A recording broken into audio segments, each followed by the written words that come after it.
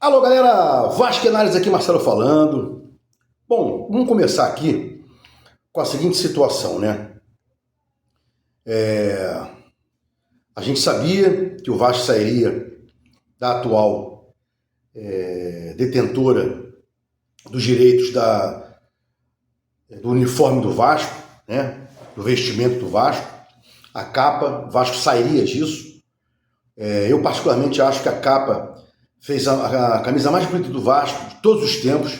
Essa preta que o Vasco jogou, por exemplo, com Fortaleza, é a camisa mais bonita de todos os tempos, de todos os times que já pisaram no gramado. Essa camisa é a camisa mais bonita de todo e qualquer tipo do time do Brasil e do mundo. Disparado, isso aí.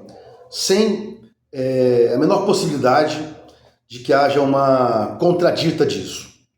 Ultrapassada essa questão, está aparecendo aí que a Nike, na verdade, antes o Fábio Azevedo colocou uma possível discussão, uma possível briga, briga não é a palavra, possível divergência entre quem realmente assinaria com o Vasco, se a Puma ou a Nike.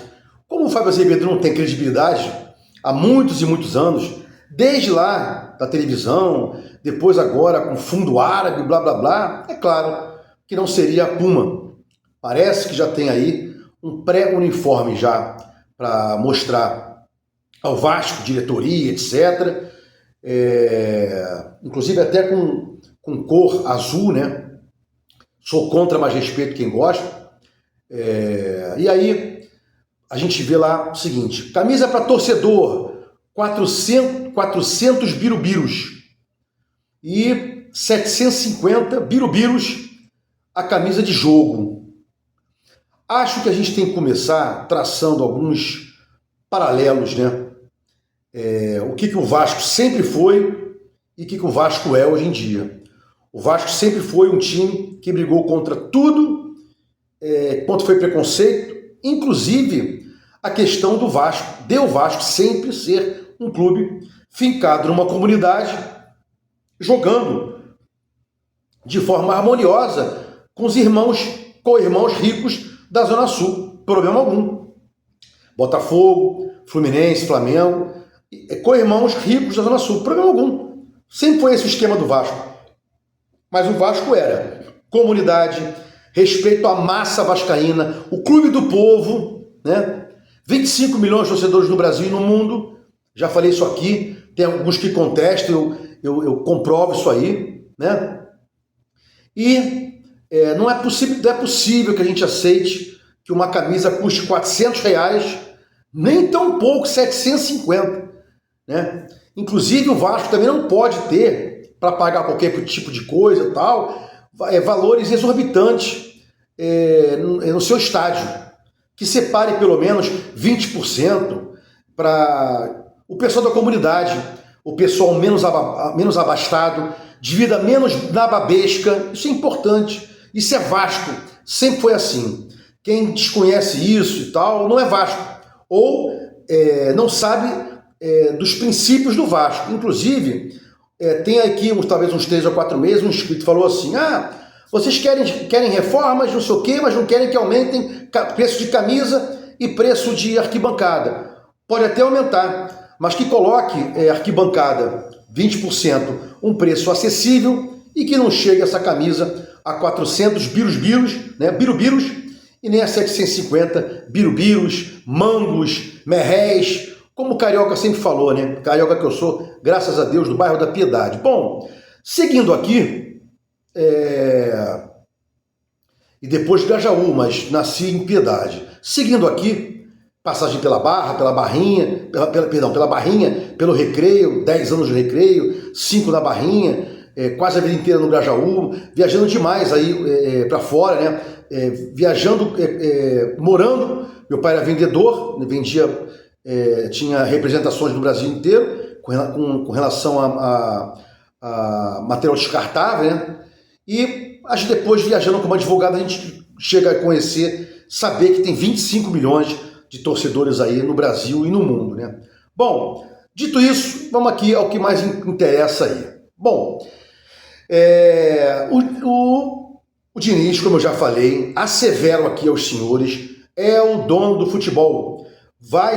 Está sendo já o dono de futebol. Dono do futebol. Renovações, contratações, quem fica, quem vai.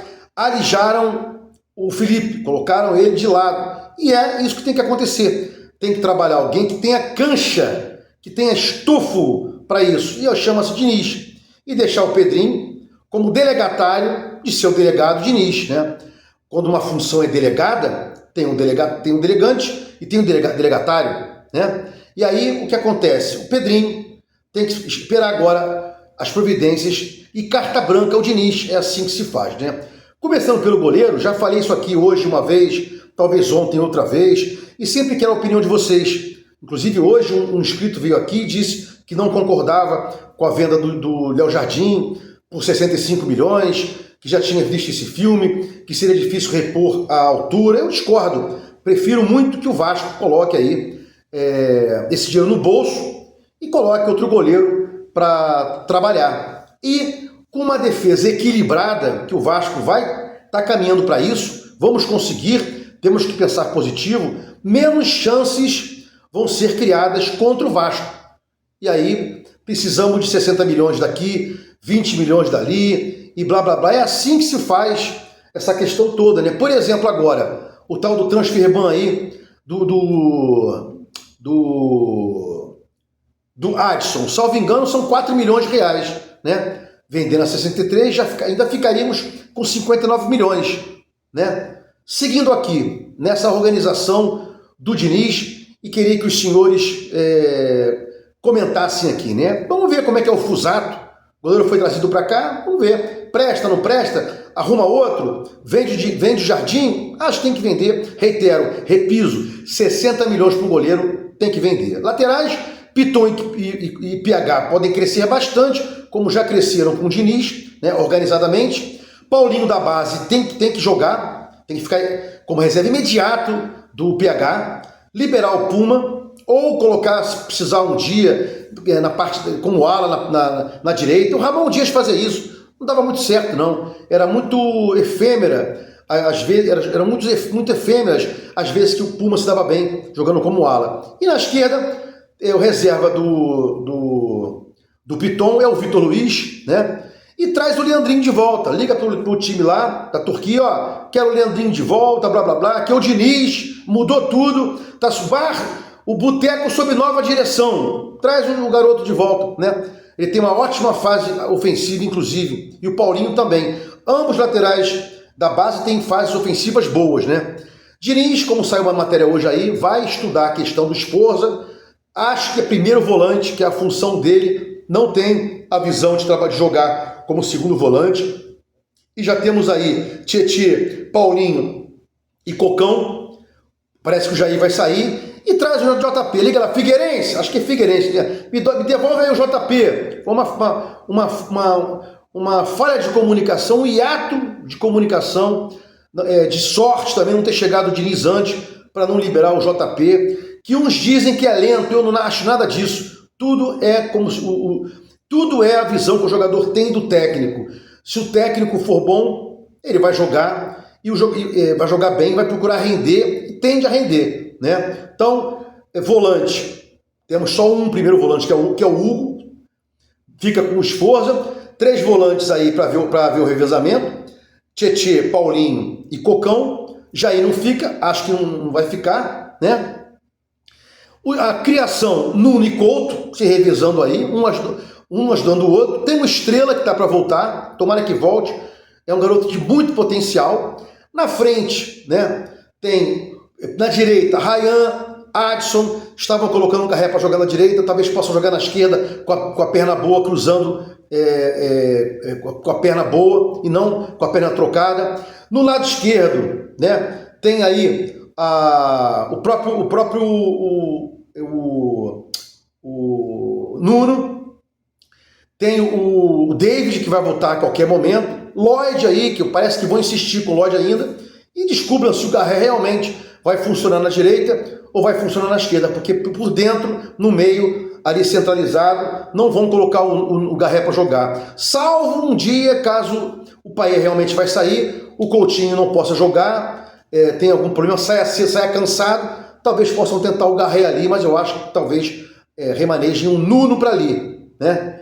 E para fechar aqui, né?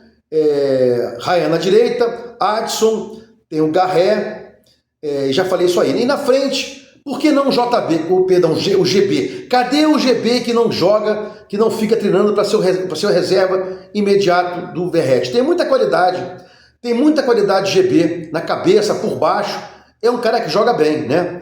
E no mais, vamos aqui aguardar o time para amanhã, parece que vai ser o mesmo, gosto disso, dessa manutenção de time, jogando reiteradamente, inclusive no último jogo, o Diniz demorou bastante a trocar, dando ao time uma cara, um conjunto, e é assim que se faz uma equipe, dando conjunto a ela, repetindo a forma de jogar, repetindo os jogadores, e vamos aí aguardar um jogo bom amanhã contra o Operário, e se Deus quiser, sábado também contra o Fluminense, e não obstante estarmos sem o Nuno, o Couto, e vai fazer bastante falta, jogando ali um pouco à frente dos volantes, municiando inclusive o Nuno, o Verratti e o Ryan.